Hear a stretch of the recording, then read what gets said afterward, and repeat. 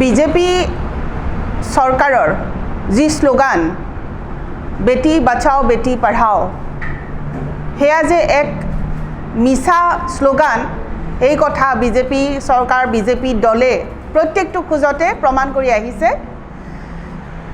এটা ডাঙৰ তাৰ প্ৰমাণ যে বলাৎকাৰীক তেওঁলোকে সুৰক্ষা দিছে আৰু সেই সুৰক্ষা দিয়া বলাৎকাৰীৰ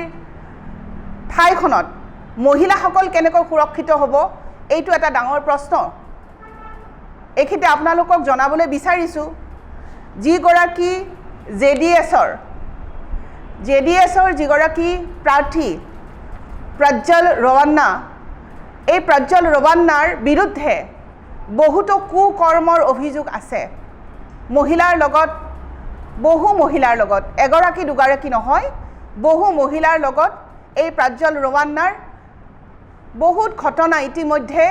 সংঘটিত হৈ গৈছে আৰু সেই বিষয়ে বিজেপি দলে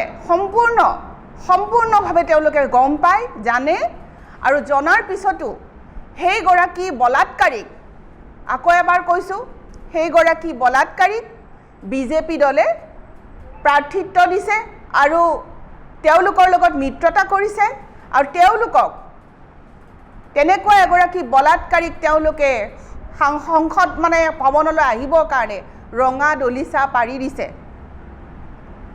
তেনেহ'লে আমি প্ৰশ্ন সুধিব বিচাৰিছোঁ যে প্ৰধানমন্ত্ৰী নৰেন্দ্ৰ মোদী ডাঙৰীয়াই অনবৰতে যি শ্লোগান দি থাকে বেটি বাঁচাও বেটি পঢ়াও, এনেকুৱা শ বলাৎকাৰৰ ঘটনাৰ লগত জড়িত এগৰাকী ব্যক্তিক তেওঁলোকে কেনেকৈ এটা মিত্ৰ দলৰ এজন প্ৰাৰ্থী হিচাপে কেনেকৈ সমৰ্থন কৰিব পাৰে? আৰু তাতোকৈ ডাঙৰ কথা, প্ৰজ্জ্বল ৰেৱন্নাৰ এখন নিৰ্বাচনী সভাত প্ৰধানমন্ত্ৰী ডাঙৰীয়াই কৈছে যে প্ৰজ্জ্বল ৰেৱন্নাৰ ফালে যোৱা প্ৰতিটো ভোট প্ৰধানমন্ত্ৰী নৰেন্দ্ৰ মোদী ডাঙৰীয়াৰ ভোট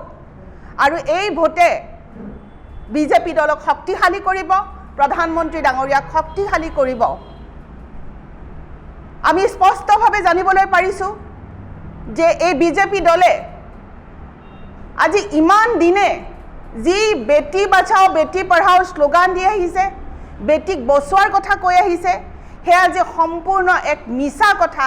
এই কথা আখৰে আখৰে তেওঁলোকে নিজেই প্ৰমাণ কৰিছে। কাৰণ ইমানখিনি বলাৎকাৰৰ ঘটনাৰ লগত জড়িত,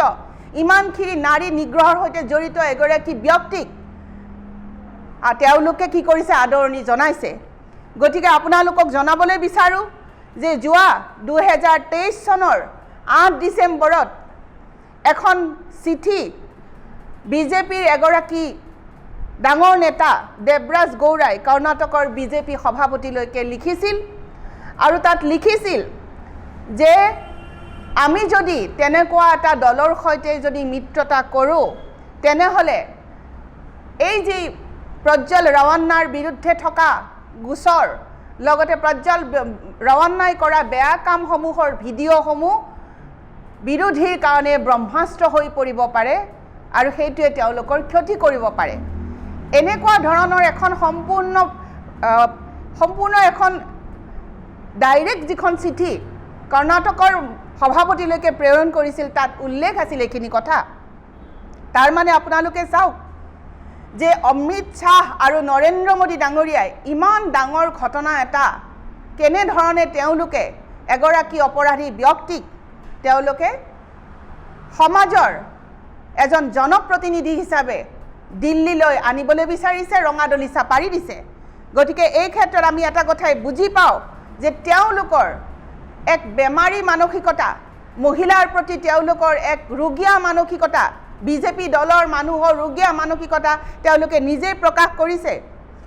আৰু এই দলটোৰ সৈতে জেডিএছৰ সৈতে মিত্ৰতা কৰি তেওঁলোকে এইটোৱে প্ৰমাণ কৰি দিলে